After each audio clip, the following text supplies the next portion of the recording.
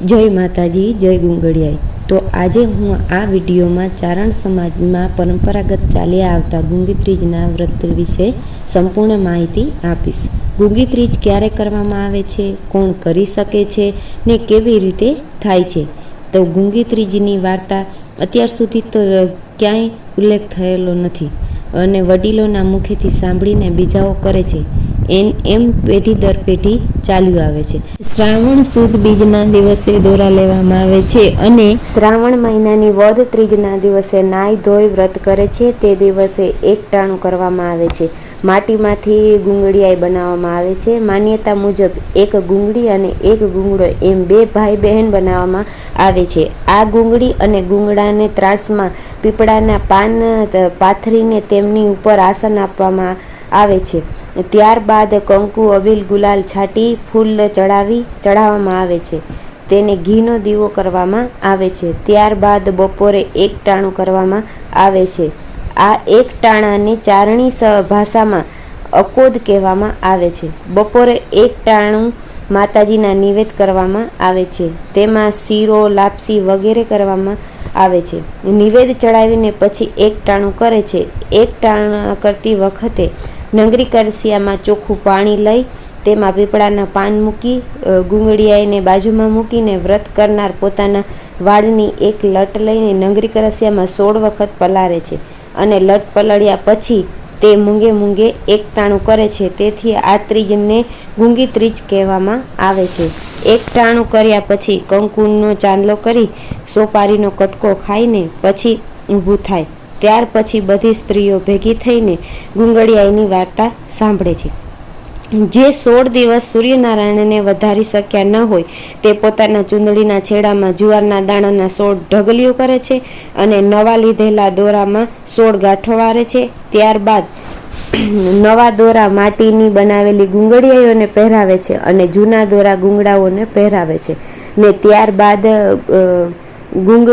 ગુંગળીઓને બાજુમાં લઈને વાર્તા સાંભળે છે। ગુંગળિયાઈની 4 વાર્તા સાંભળવામાં આવે છે। વાર્તા સાંભળીને જુવારના દાણાની કરેલ 16 ઢગલીઓથી સૂર્યનારાયણને વધાવે છે। પછી માન્યતા મુજબ નવો બનાવેલો દોરો વ્રત કરનાર થોડી વાર પોતાની ડોકમાં પહેરે છે ને ત્યારબાદ ગુંગળિયાઈઓને પધરાવવા માટે જાય છે। જ્યાંથી ગુંગળિયાઈઓને આસન આપવા માટે પીપળાના પાન લીધા હોય તે જ પીપળાના થડમાં ગુંગળિયાઈઓને પધરાવવામાં આવે છે ને પોતાના ગળામાં પહેરેલો દોરો સાચવીને મૂકે છે।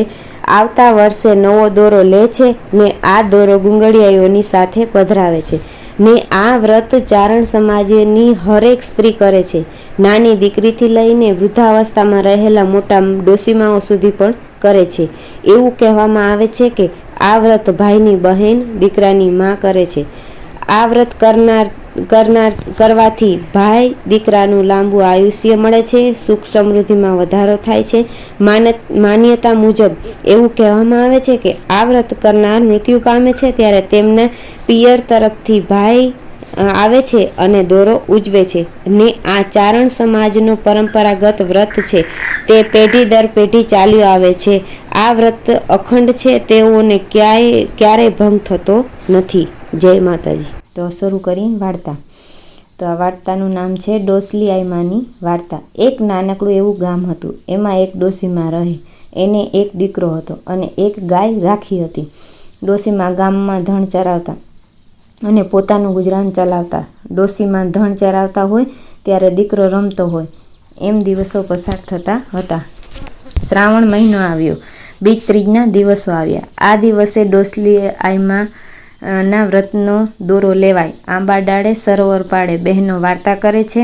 ત્યાં આ ડોસીમાં ગામનો ધણ પીવડાવવા સરોવર પાડે આવ્યા। જોયું તો બહેનો વાર્તા કરે છે। ડોસીમાં બહેનો પાસે આવ્યા અને પૂછ્યા, બાયું તમે આ કોની વાર્તા કરો છો? બહેનોએ કહ્યું, અમે ડોસલી આઈમાના વ્રતની વાર્તા કરીએ છીએ। ડોસીમાએ પૂછ્યું, આ વ્રત કરવાથી શું થાય? બહેનોએ કહ્યું, આ વ્રત કરવાથી પુત્ર થાય, પરિવાર થાય, સુખ થાય, સમૃદ્ધિ થાય, જે ઈચ્છે તે પ્રાપ્ત થાય। ડોસીમાએ વ્રતની વિધિ જણાવવા કહ્યું, મારે પણ આ વ્રત કરવું છે, મને પણ આ વ્રતનો દોરો આપો। બહેનો કહે કે ડોશીમાં તમારાથી આ વ્રત વર્તુલા ના થાય, તમે ધણ ચારશો કે વાર્તા સાંભળશો? તો ડોશીમાં કહે, તમે સરોવર કાંઠે વાર્તા કરતા હશો તો હું ધણ લઈને અહીંયા આવીશ અને વાર્તા સાંભળી લઈશ. બહેનોએ કહ્યું, ભલે. એટલે કોઈએ હીરમાંથી તો કોઈએ ચીરમાંથી દોરો કરી દીધો. હવે ડોશીમાં રોજ વાર્તા સાંભળે છે અને રોજ એક ગાયનું જે માખણ થાય તે એક કુંડળીમાં ભેગું કરે, એમ વિચારીને કે આ માખણનું ઘી બનાવી ને તે વેચી જે પૈસા મળે તેમાંથી વ્રત ઉજવશે. આ રીતે દિવસો પસાર થયા અને કાલે ત્રીજ હતી. બહેનોએ કહ્યું, ડોશીમાં કાલે ત્રીજ છે, અમે ગામમાં વેપાર કરવા જશું, તમે પણ આવજો. તો બહેનો બીજે દિવસે ડોશીમાને બોલાવા આવી. એ હાલો ડોશીમા હાલો, બહુ ઉતાવળ છે. ઉતાવળ હોવાથી ડોશીમાએ માખણ ગરમ કરવાનો સમય ન મળ્યો અને ચાલતા થયા.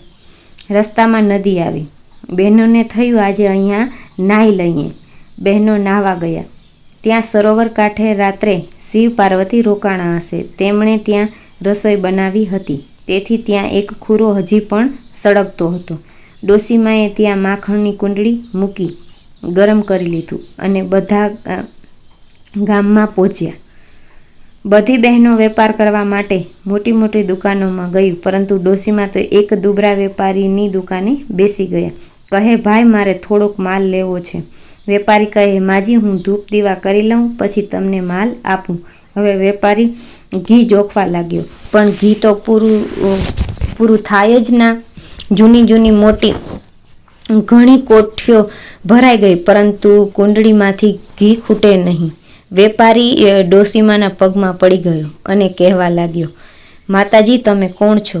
ડોશીમા કહે, ભાઈ, હું તો એક ગરીબ ડોશી છું. વેપારીએ પૂછ્યું, માતાજી, તમારામાં એવું શું છે? તો ડોશીમા કહે, ભાઈ, મારામાં કંઈ જ નથી, જે છે એ મારી ડોશલીમાના વ્રતમાં છે. વેપારી કહે, માજી, મારા 12 વહાણ ડૂબી ગયા. હજી વેપારી કહેવા ગયા ત્યાં તો નગરમાં દાંડી પડી, તોપો ફૂટી કે કોઈના 12 વહાણ મધદરિયે ડૂબી ગયા હોય તે કિનારે આવ્યા છે. વેપારી આ વાત સાંભળી રાજી રાજી થઈ ગયો અને કહેવા લાગ્યો, માજી, તમે મારા માટે ખૂબ નસીબદાર છો. તમે આવ્યા ને મારું સુખ પાછું આવ્યું છે. તમારે જે જોઈએ તે કહો, હું તમને બધું જ આપીશ. ડોશીમાં એ તો ઘણું બધું માલ લીધો. ત્યાં તો બધી બહેનો આવીને કહેવા લાગી, હાલો ડોશીમાં, હવે કેટલુંક લેશો? આ રીતે વેપાર કરીને બધા ચાલતા થયા. રસ્તામાં પીપળાનું ઝાડ આવ્યું. બહેનોએ થોડા થોડા પાન લીધા. ડોશીમાએ આખી ડાળી તોડી. બહેનોએ ગુંગળીઓ ઘડવા માટે માટી લીધી, તો ડોશીમાએ તો ગારાનો મોટો બધો ઢીંબો લીધો અને ચાલવા લાગ્યા. બહેનોએ કહ્યું, ડોશીમા, આટલા બધા ગારાને શું કરશો? ડોશીમાએ કહ્યું, થોડાથી હું ગુંગળીઓ ઘડીશ અને બીજાથી મારો દીકરો રમશે. એ ગારા ઉપર તો માખીઓ મણમણા લાગી. આ બાજુ ડોશીમાનો દીકરો એના ઝૂંપડા પાસે રમતો હતો. એટલામાં ઝૂંપડું ઉડી ગયું. ત્યાં એક સુંદર મકાન આવી ગયું. મકાનમાં હિંડોળા દીકરો હિંચકે છે. ડોશીમા આવીને જોવા લાગ્યા અને અચરજ સાથે પૂછ્યું, બેટા, આપણું ઝૂંપડું ક્યાં? દીકરાએ કહ્યું, ખબર નહીં માં, પણ હવે આ મકાન આવી ગયું છે. ડોશીમા જોવે તો પીપળાની ડાળી સોનાની થઈ ગઈ અને ગારાનો ઢીંબો ગોળનો થઈ ગયો. અને જેણે ડોશલીમાના વ્રતનો ફળ તેને શું ખામી હોય છે? હે ડોશલીમાં, જેવા ડોશીમાને ફળ્યા તેવા વ્રત કરનાર સૌને ફળજો. વાર્તા કરનાર, વાર્તા સાંભળનાર સૌને ફળજો.